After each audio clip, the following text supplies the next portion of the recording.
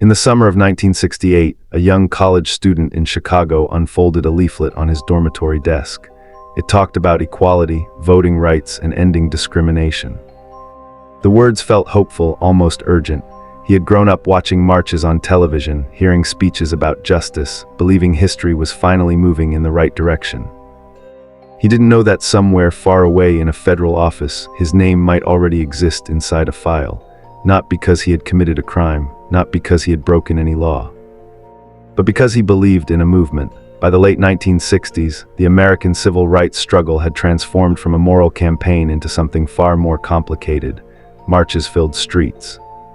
Student groups organized sit-ins, community leaders mobilized thousands, churches became centers of political action.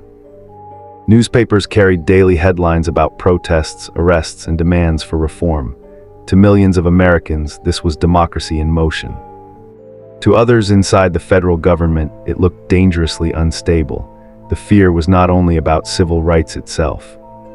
Officials worried about riots erupting in major cities, about extremist groups exploiting social unrest, about foreign adversaries trying to influence domestic protest movements during the Cold War. The memory of urban violence earlier in the decade had left deep scars in Washington. Inside the Federal Bureau of Investigation, Director J. Edgar Hoover had already developed a powerful belief that certain political movements, even if publicly legal, could become threats to national stability if left unchecked. Hoover's FBI had long monitored communist organizations, but by the mid-1960s, the scope of surveillance expanded dramatically. The Bureau launched a secret program known internally as COINTELPRO, short for Counterintelligence Program. Officially, its purpose was to monitor groups considered subversive. Unofficially, its mission quickly evolved into something far more aggressive, not just observing movements, but disrupting them. At first, the operations seemed limited. Agents collected intelligence on political organizations, informants attended meetings, phone calls were monitored, letters were intercepted. Reports were compiled about leaders' speeches, finances, and membership lists. Surveillance alone, however, rarely changes history, so tactics escalated. FBI field offices received directives encouraging them to expose, disrupt, misdirect, discredit, or otherwise neutralize organizations considered dangerous. That single instruction would reshape the lives of thousands of activists across the country, and most of them would never know it was happening. Imagine organizing a peaceful community meeting, and later discovering someone in the room was secretly reporting everything you said. Imagine planning a protest, and suddenly rumors begin spreading that your own leadership is corrupt. Imagine receiving anonymous letters accusing fellow members of betrayal, theft, or secret deals with authorities. For many activists, these events felt random at the time, coincidences, bad luck. Internal conflict, but inside FBI files, these outcomes were often the intended result. The Bureau developed methods designed to fracture movements from within. Anonymous communications were sent to sow mistrust. Rivalries between leaders were quietly amplified. False narratives were circulated suggesting informants existed inside organizations, whether or not that was true. Because once a movement begins suspecting itself, its strength collapses faster than any external crackdown could achieve. One internal memo summarized the strategy chillingly: prevent the rise of a messiah who could unify and electrify the movement. That sentence revealed something deeper than surveillance. It revealed fear of influence. Civil rights leaders were not just political figures, they were symbols capable of mobilizing millions. To federal authorities worried about national stability, such influence could be seen as both powerful and unpredictable. So monitoring became disruption. Disruption became psychological warfare.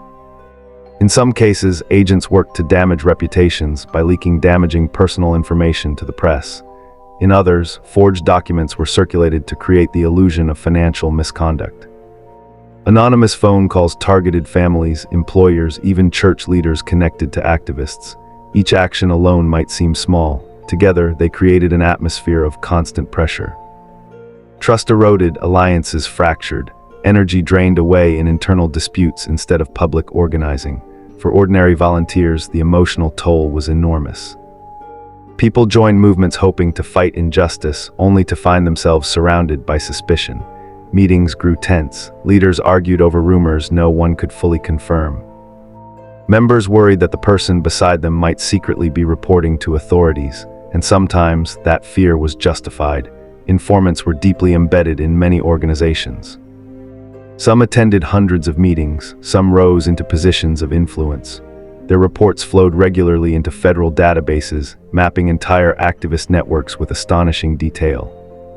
Yet the program remained classified. The public saw protests, speeches, and political debates. Behind the scenes, a parallel battle unfolded, one fought with paperwork, surveillance, and manipulation rather than visible force. The psychological impact reached beyond leadership circles. Families of activists sometimes received threatening messages. Employers were quietly contacted. Scholarships vanished. Housing applications stalled. Invitations to speak suddenly disappeared. No official explanation ever arrived. From the outside, it looked like a series of unfortunate setbacks. From inside federal offices, it was operational success. As the years passed, the pressure intensified. Urban unrest in several cities convinced many officials that stronger measures were justified. Each new riot, each violent clash, reinforced the belief inside certain agencies that social movements could spiral into national crises if not contained early. Containment in practice meant infiltration and destabilization. By 1969, some of the most influential civil rights and black liberation organizations were experiencing severe internal breakdowns. Leadership disputes grew public, membership numbers dropped, public trust fractured. Some groups splintered into smaller factions that spent more time arguing with each other than organizing. To observers at the time, it looked like the natural life cycle of political movements. Few suspected an invisible hand had been nudging events from the shadows.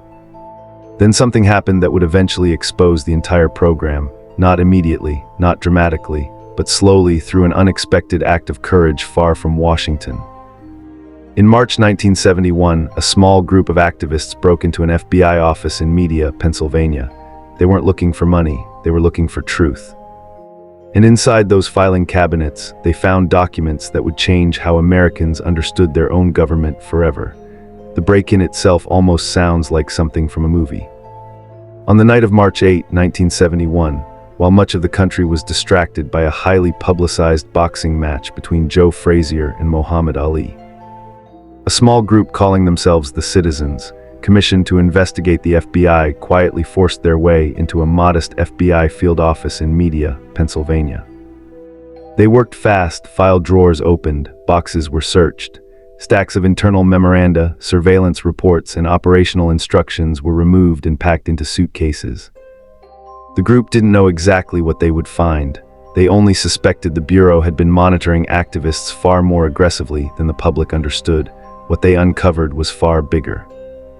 Among the stolen papers were references to a program labeled COINTELPRO. The documents described operations targeting civil rights leaders, anti-war groups, student activists, and black liberation organizations. They revealed strategies not just to observe these groups, but to disrupt and neutralize them using covert methods. The burglars didn't keep the documents for themselves. They mailed copies anonymously to journalists across the country. At first, many reporters hesitated. Publishing classified material could carry legal consequences. Some feared the documents might be fake, others worried about being accused of undermining national security. But one newspaper, the Washington Post, decided the public needed to see them. Once the first story appeared, the reaction was immediate. Readers were stunned. For years, Americans had accepted that the FBI monitored criminal threats. That was expected. But the idea that the Bureau had systematically attempted to fracture lawful political organizations felt like something entirely different. Letters poured into newsrooms. Civil rights leaders demanded answers. Members of Congress began calling for investigations. Inside the FBI, panic spread quietly through the upper ranks. Officials knew that once one set of documents became public, more scrutiny would follow. And the deeper investigators looked, the more operations they would uncover. Because COINTELPRO had not targeted only one organization, it had targeted many. Records later showed operations directed at groups ranging from the Southern Christian Leadership Conference to the Black Panther Party. from student anti-war organizations to local grassroots coalitions. Each operation followed similar patterns: infiltration, anonymous communications, disinformation, and attempts to create internal conflict. One particularly disturbing tactic involved sending forged letters designed to provoke hostility between rival organizations. By encouraging suspicion and rivalry, agents hoped groups would exhaust themselves fighting each other instead of organizing politically. In some cases, the methods went even further. Personal relationships were targeted. Rumors were spread about marriages, finances, or private behavior. The goal wasn't simply to gather intelligence anymore. It was to undermine credibility at the most human level possible. For activists living through those years, the revelations felt surreal. Many remembered moments when trusted colleagues suddenly turned against one another, when mysterious accusations appeared out of nowhere, when alliances collapsed without clear reason. Now, some began to wonder how many of those conflicts had been engineered. Congress responded by launching formal inquiries. The most famous would later be known as the Church Committee investigation, which examined intelligence abuses across multiple federal agencies. Public hearings exposed details that few citizens had ever imagined. Witnesses described surveillance conducted without warrants. Files maintained on individuals who had never been charged with crimes. Psychological tactics designed to neutralize leaders considered influential. The language alone unsettled many Americans. Neutralize, disrupt, expose. These were words usually associated with foreign espionage operations, not domestic political activity. Yet the hearings confirmed they had been applied within the United States itself. J. Edgar Hoover had died in 1972, before the full scandal erupted publicly, but his long tenure cast a heavy shadow over the investigations. For decades, Hoover had built the FBI into one of the most powerful law enforcement agencies in the world, admired by many for its fight against organized crime and espionage. Now, the same institution faced accusations of undermining constitutional rights. For ordinary citizens watching the hearings on television, the emotional impact was profound. Trust in government had already been shaken by the Vietnam War and the Watergate scandal. The COINTELPRO revelations deepened that sense of uncertainty.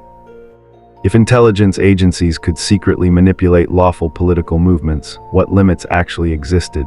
Civil rights activists testified about the personal cost. Some described careers derailed by anonymous accusations. Others spoke about friendships destroyed by suspicion.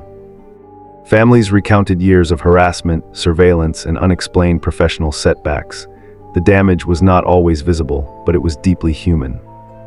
Movements that once mobilized thousands had fractured into smaller factions. Leaders who might have built long-term political coalitions found themselves consumed by internal disputes. Community trust, once broken, proved extraordinarily difficult to rebuild. Historians later debated how decisive COINTELPRO's role had been in weakening the broader civil rights momentum of the late 1960s and early 1970s. Social movements naturally face internal disagreements and external pressure, even without government interference. But the documents made one thing undeniable. The Bureau had deliberately attempted to accelerate those divisions. Under intense public pressure, the FBI officially terminated COINTELPRO in 1971, shortly after the media break-in exposed its existence. New guidelines were introduced requiring stronger oversight of domestic intelligence operations. Courts tightened rules on surveillance warrants. Congressional committees expanded their monitoring authority. On paper, reforms had arrived, but for many who had lived through the era, the consequences couldn't be undone. A movement is not just built on ideas, it's built on relationships. Once trust fractures inside those relationships, rebuilding them can take generations. The deeper investigators dug, the clearer it became that COINTELPRO had not simply collected information. It had shaped outcomes, and that realization raised an even more unsettling question. If a government agency could secretly influence the direction of a national social movement once, what guarantees existed that it could never happen again? For many Americans in the early 1970s, that question felt heavier than any single revelation from the documents themselves. Because exposing COINTELPRO wasn't only about uncovering past actions, it was about confronting how fragile democratic safeguards could become when secrecy expanded too far. Congress understood the danger. Public confidence in federal institutions was already collapsing under the combined weight of Vietnam, Watergate, and intelligence scandals. If nothing changed, the legitimacy of entire agencies could be permanently damaged, so investigations intensified. The Church Committee, formerly known as the United States Senate Select Committee to study governmental operations with respect to intelligence activities, began calling witnesses from across the intelligence community. Former FBI officials, analysts, and field operatives were summoned to testify under oath. Some appeared defensive, some claimed they had only followed orders. Some insisted the country had faced extraordinary threats that justified extraordinary methods, and some, quietly, admitted the program had gone too far. Hearing after hearing revealed the mechanics of domestic intelligence operations in unsettling detail. Senators examined internal directives instructing agents to create divisions within activist groups. They reviewed forged letters sent anonymously to spouses, community leaders, and journalists. They saw files tracking the daily movements of individuals whose only crime had been organizing protests or advocating social change. The language in those files was often coldly bureaucratic. Subject exhibits potential for leadership influence. Recommended countermeasures: discredit publicly. Objective: prevent coalition formation. Behind those phrases were human lives. A teacher who suddenly lost a promotion after rumors spread. A student activist whose scholarship vanished without explanation. A minister whose congregation began receiving anonymous warnings questioning his loyalty. Each individual story might have seemed isolated, but together they formed a pattern. And patterns are what investigations are built to uncover. One of the most chilling discoveries was how thoroughly psychological tactics had been integrated into operations. Instead of relying solely on arrests or legal charges, many strategies focused on emotional destabilization. Agents understood that movements depend on trust, morale, and leadership credibility. Attack those three elements and the movement weakens from within. No court order required. Some former agents later defended these tactics by arguing that the late 1960s had been an extraordinarily volatile time. Cities burned during riots, political assassinations shocked the nation.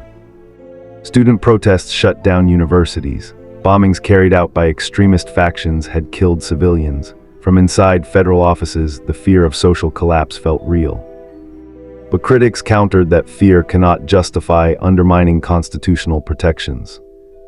Democracy, they argued, is designed precisely to survive political unrest without secret manipulation of lawful dissent. As the hearings continued, public attention grew. Televised coverage allowed millions of Americans to watch the proceedings unfold in real time. Families gathered around living room televisions not for entertainment, but for answers. Many viewers experienced a strange emotional conflict. They still respected the FBI's historic role in fighting organized crime and espionage.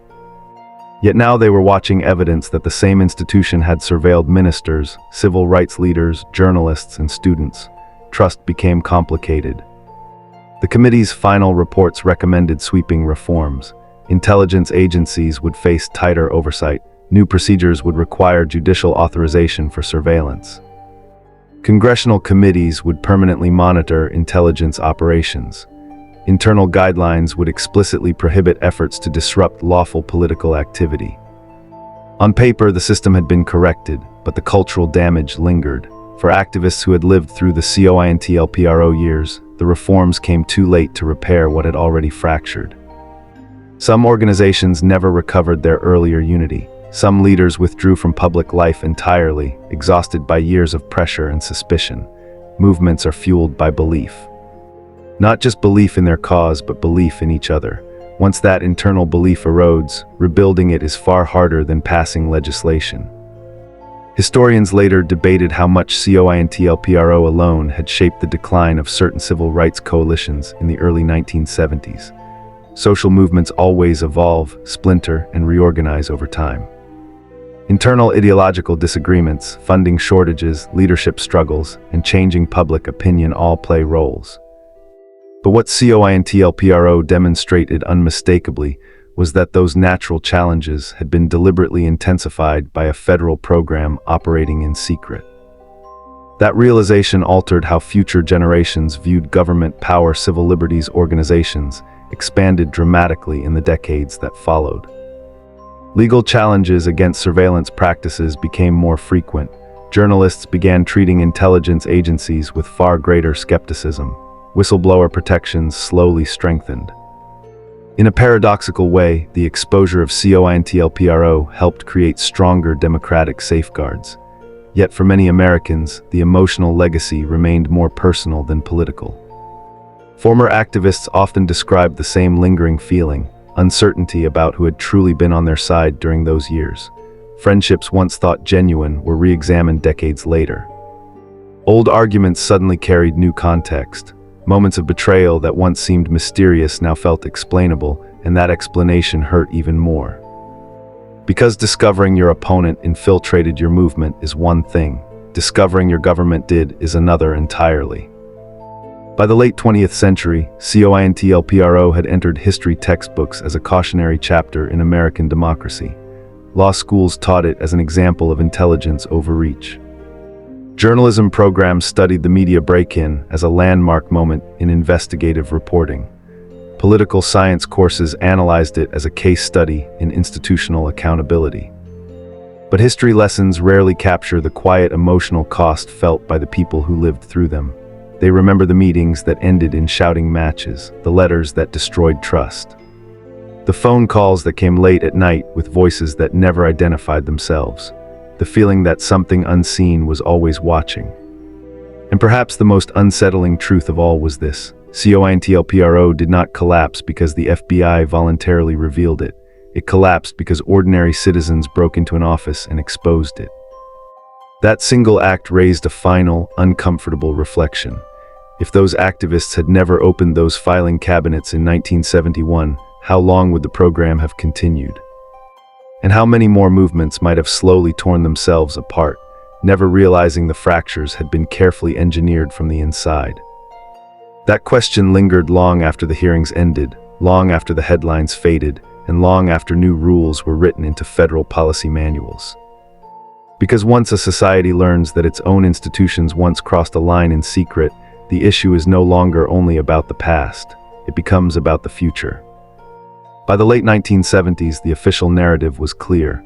COINTELPRO had been terminated, oversight reforms were in place. Intelligence agencies were now required to follow stricter legal procedures before initiating domestic surveillance. Courts demanded warrants, congressional committees demanded reports. Public assurances emphasized that abuses of the past would not be repeated. On paper, democracy had corrected itself, but paper doesn't instantly rebuild trust. For many civil rights veterans, the emotional impact stretched far beyond policy reform. Some had spent years believing internal divisions destroyed their organizations naturally, only to discover those divisions had been quietly fueled by outside interference. Others had lost careers, reputations, or opportunities without ever knowing why.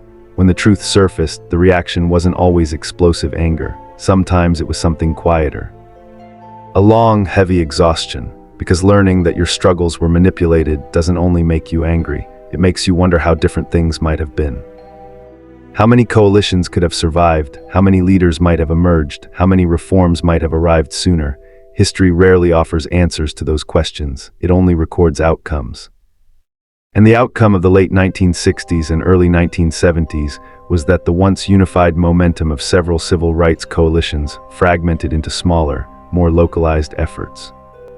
Progress continued, laws changed, voting protections expanded, public awareness grew, but the broad national unity that once filled streets with millions never fully returned in the same form. Scholars still debate how decisive COINTELPRO's influence truly was. Social movements are complex ecosystems shaped by countless forces: economic pressure, political opposition, ideological differences, leadership transitions, and changing public attention. But the documents made one thing undeniable: the federal government had not merely watched the movement unfold, it had intervened inside it.